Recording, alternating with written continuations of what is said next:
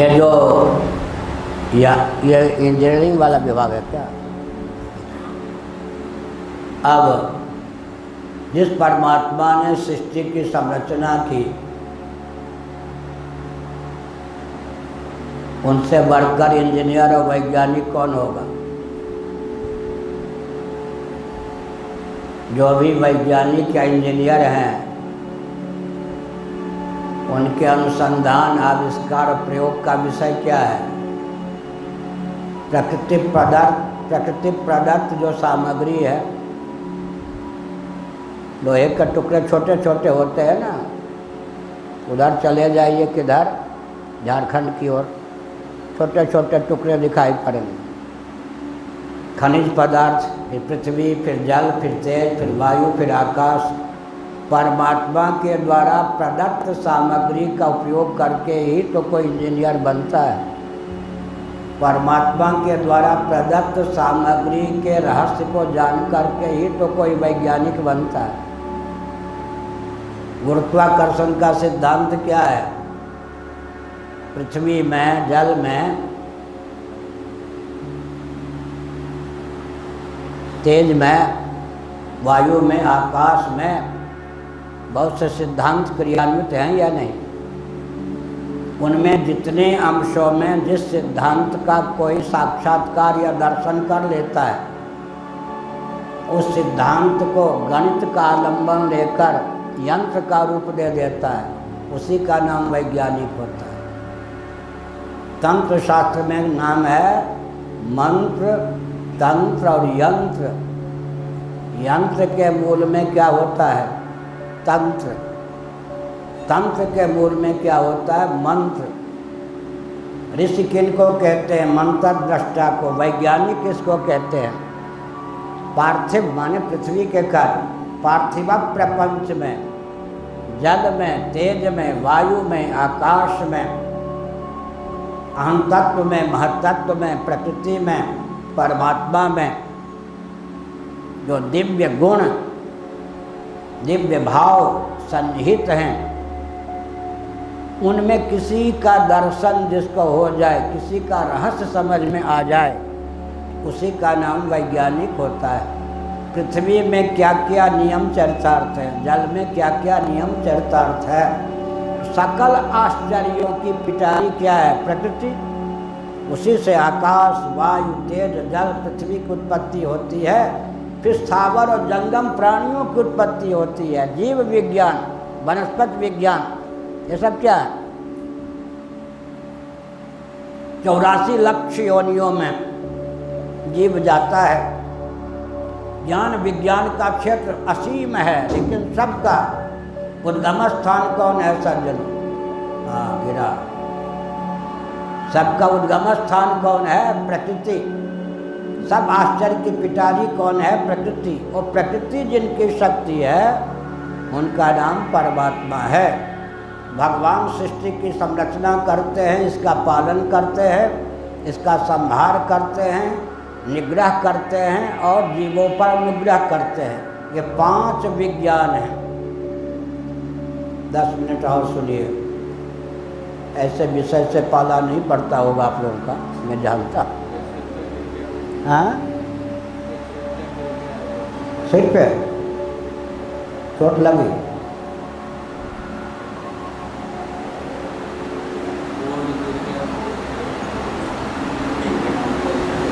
हाँ, वो पीछे से जाने में जगह कम थी, चोट लग गई। पानी वानी पिलाओ भाई।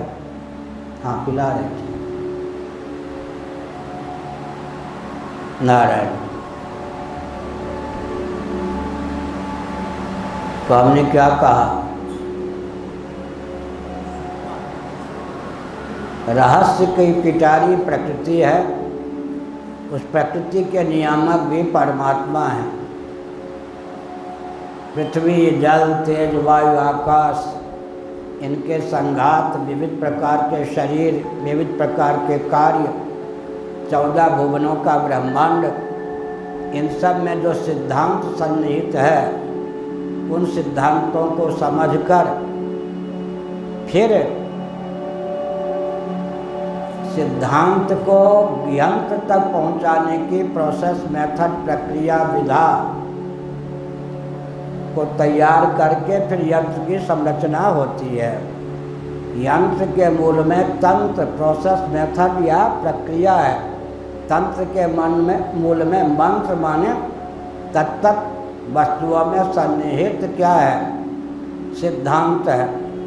प्रकृति निष्ठ सिद्धांत का, नियम का दर्शन करके गणित की विधा, प्रोसेस, मेथड का आलंबन लेकर उसको यंत्र तक पहुंचाया जाता है। इतना मैंने संकेत किया।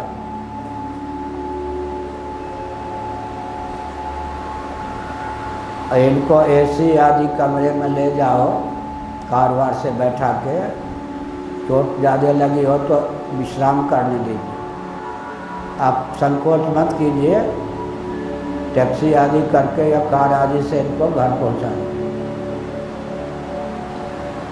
अच्छे काम में भी कभी कभी विघ्न, कम विघ्न, ज़्यादा विघ्न से बचने के लिए कम विघ्न हो गया। हमने संकेत किया, अब सबका मन चट भी रहा है, उधर गया। तो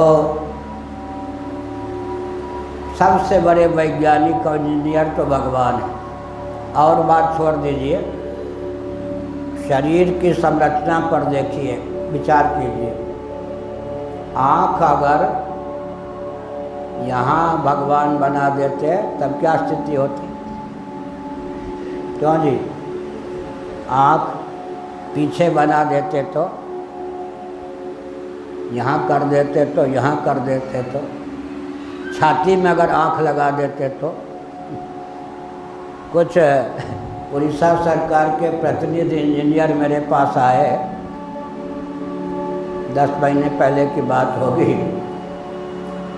एक राजनेता के फूकने पर वो आ गए थे।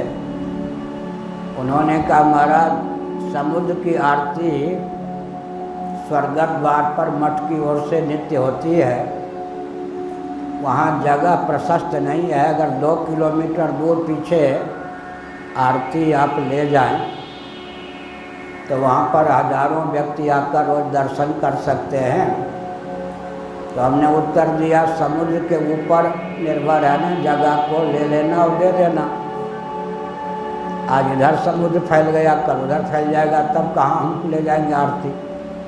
दूसरी बात मैंने कही तो चुप हो गए।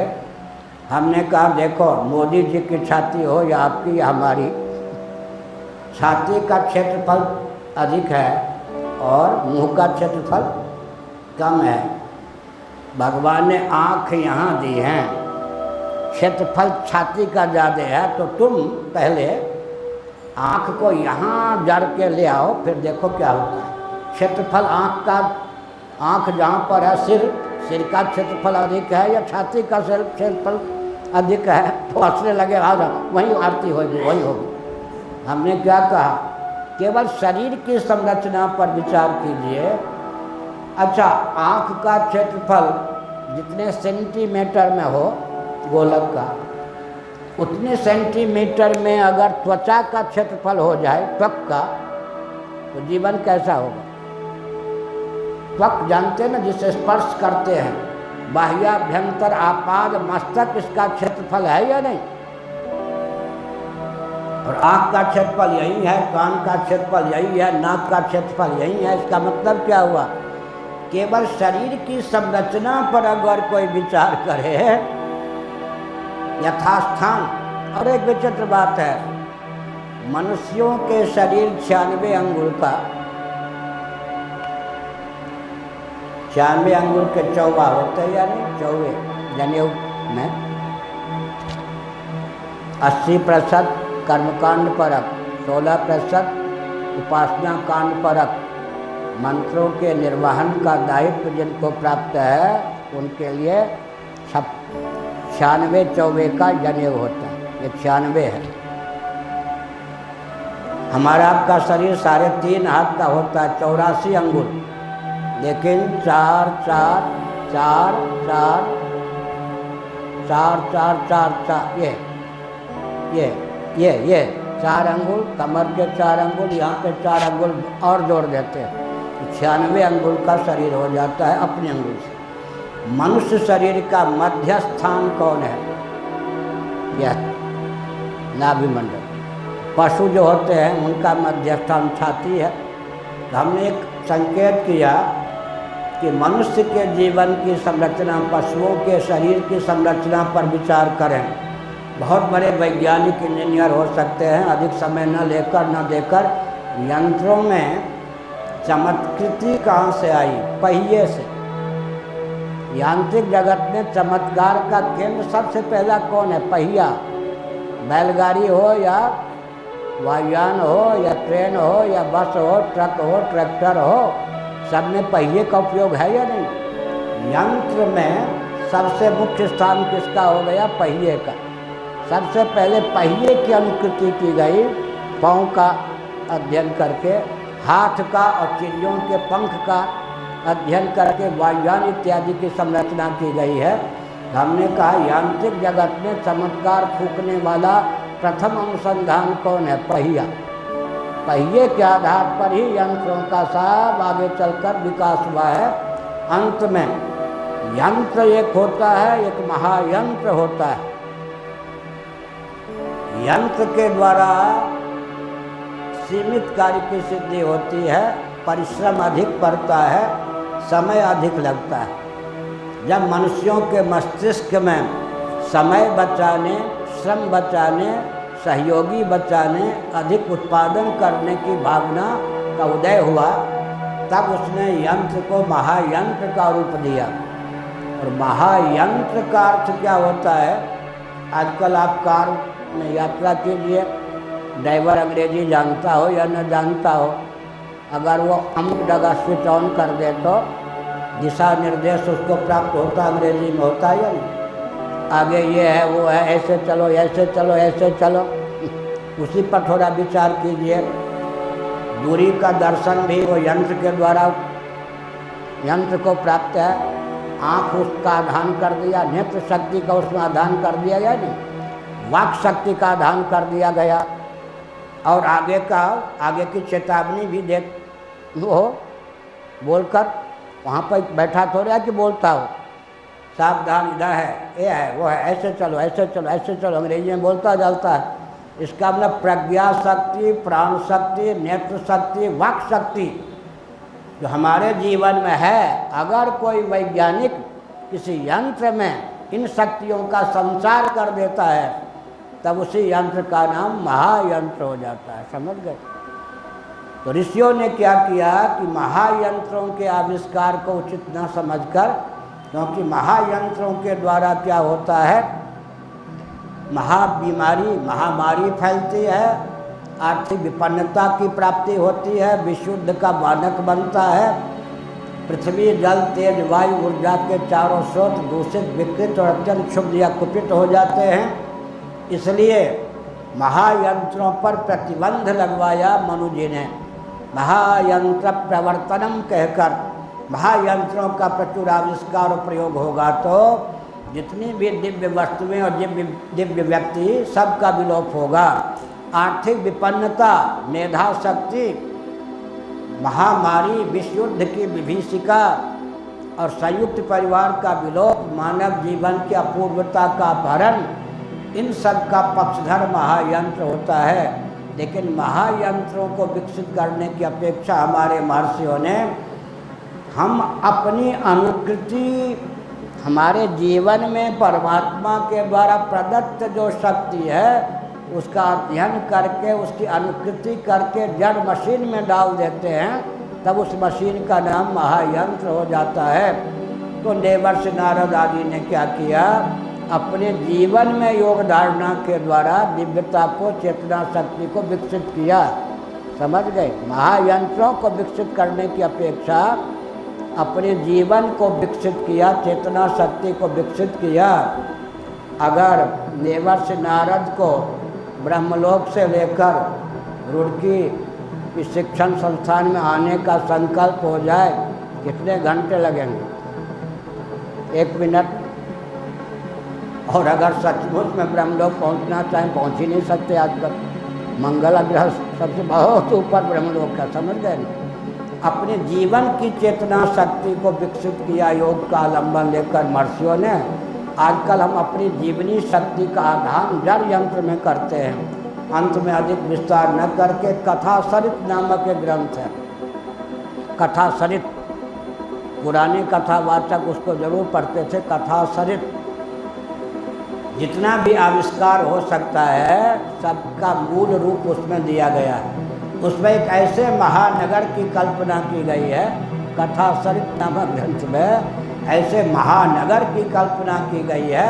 एक ही सचमुच का मनुष्य था, सचमुच का प्राणी एक ही था, बाकी उसमें यंत्र भी, यंत्र दर, और जितने जीव बनाए गए थे काम करने वाले वो सब यांत्रिक मनुष्य, समझ गए ना।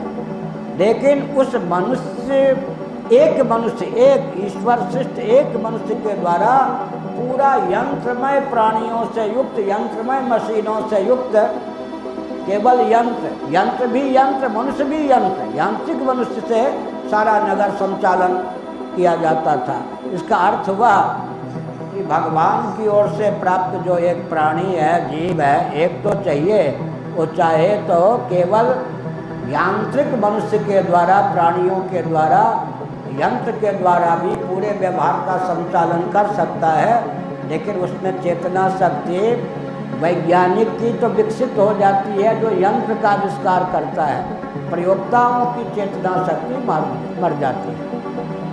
एक व्यक्ति अपनी मेधा शक्ति के बल पर हजारों व्यक्ति की मेधा शक्ति को चौपट कर देता है, समझ गए ना। जिसने उस यंत्र का आविष्कार किया उसकी तो मेधा शक्ति का लोहा मानना पड़ेगा, लेकिन यंत्र के जितने प्रयोक्ता होंगे उनकी मेधा शक्ति तो उस यंत्र के नाम पर कुंठित हुए बिना नहीं रह सकती है। इसलिए एक व्यक्ति की मेधा शक्ति एक महायंत्र का आविष्कार करके करोड़ों व्यक्तियों की मेधा शक्ति को रसातल में पहुंचा देती है। अतः अपने जीवन को विकसित करने का, परमात्मा की प्राप्ति के योग उपयुक्त बल और वेग भरने का प्रयास करना चाहिए। महायंत्रों की अपेक्षा अपने जीवन में दिव्यता, चेतना शक्ति को विकसित करने का प्रयास करना चाहिए। चेतना शक्ति विकसित तब होती है जब अपने उद्गम स्थान जीव और परमात्मा की ओर उन्मुख होती है। हर हर महादेव।